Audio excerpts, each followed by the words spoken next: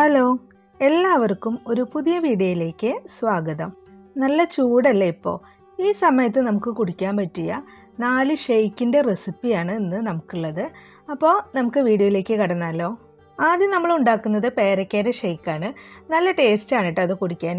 ഇത് കുടിക്കാത്തവരുണ്ടെങ്കിൽ ഒരു പ്രാവശ്യമെങ്കിലും ഇത് നിങ്ങളൊന്ന് ട്രൈ ചെയ്ത് നോക്കണം കേട്ടോ. അപ്പോൾ ഇത് ഉണ്ടാക്കാൻ വേണ്ടിയിട്ട് നല്ല പഴുത്ത ഒരു പേരക്ക എടുത്തിട്ടുണ്ട്. അതിൻ്റെ തൊലിയൊന്നും നമ്മൾ കളഞ്ഞിട്ടില്ല. എന്നിട്ട് ചെറിയ കഷ്ണങ്ങളാക്കി നുറുക്കിയിട്ട് ഒരു മിക്സിയുടെ ജാറിലേക്ക് ഇട്ടിട്ടുണ്ട്.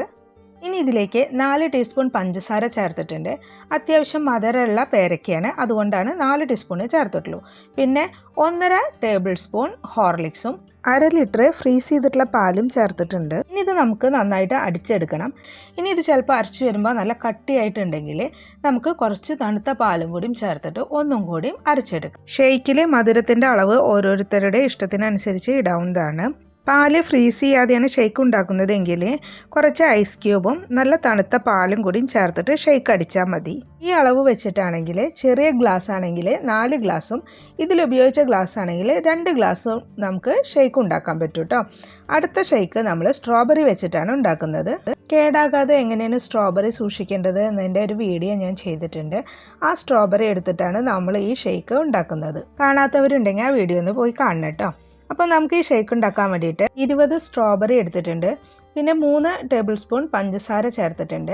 നല്ല തണുത്ത 1/2 ലിറ്റർ പാലും കൂടിയും ചേർത്തിട്ട് മിക്സിയിലിട്ടിട്ട് നന്നായിട്ട് അരച്ചെടുക്കാം. ഈ സ്ട്രോബെറി ഇങ്ങനെ അരച്ചെടുക്കുമ്പോൾ തന്നെ അത്യാവശ്യം കട്ടി ഉണ്ടായിരിക്കും.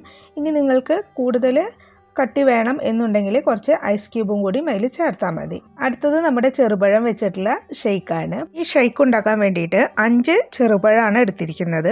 അതുപോലെ ഒരു പാക്കറ്റ് ബോൺവിറ്റയാണ് ഞാൻ ഇട്ടിട്ടുള്ളത്. എനിക്ക് ബൂസ്റ്റ് കിട്ടിയില്ല കേട്ടോ, അതുകൊണ്ടാണ് ഞാൻ ബോൺവിറ്റ എടുത്തിരിക്കുന്നത്. പിന്നെ അതിലേക്ക് മധുരത്തിന് ആവശ്യമായിട്ട് 3 ടേബിൾ സ്പൂൺ പഞ്ചസാരയും 1/2 ലിറ്റർ ഫ്രീസ് ചെയ്തിട്ടുള്ള പാലാണ് ചേർത്തിരിക്കുന്നത്. ഇതെല്ലാം കൂടി നന്നായിട്ട് മിക്സിയിൽ ഇട്ടിട്ട് അരച്ചെടുത്തിട്ടുണ്ട്. അപ്പോൾ നമ്മൾ ടേസ്റ്റുള്ള ബനാന ഷേക്ക് റെഡി ആയിട്ടുണ്ട്. ഇത് വളരെ സിമ്പിളാണ്. നേരത്തെ നമ്മൾ സ്ട്രോബെറി ഉണ്ടാക്കിയെടുത്ത അതേപോലെ തന്നെ വളരെ സിമ്പിളായിട്ട് നമുക്ക് ഉണ്ടാക്കിയെടുക്കാൻ പറ്റുന്ന ഷേക്കാണ്.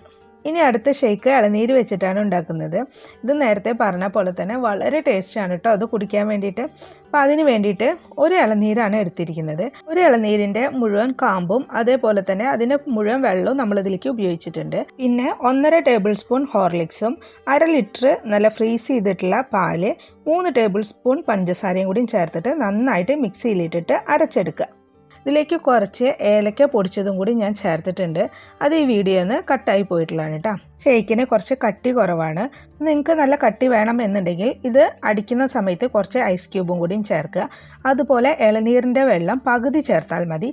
അപ്പോൾ നല്ല കട്ടിയായിട്ട് കിട്ടും. അപ്പോൾ നല്ല ടേസ്റ്റുള്ള 4 ഷേക്കിൻ്റെ റെസിപ്പിയാണിത്. നിങ്ങളെല്ലാവരും ട്രൈ ചെയ്ത് നോക്കിയിട്ട് അഭിപ്രായം പറയണേ. എൻ്റെ വീഡിയോ കണ്ടിട്ട് നിങ്ങൾക്ക് ഇഷ്ടപ്പെട്ടെങ്കിൽ ലൈക്ക് ചെയ്യാനും ഷെയർ ചെയ്യാനും സബ്സ്ക്രൈബ് ചെയ്യാനും മറക്കരുത്. നല്ലൊരു റെസിപ്പിയുമായി അടുത്ത വീഡിയോയിൽ നമുക്ക് വീണ്ടും കാണാം.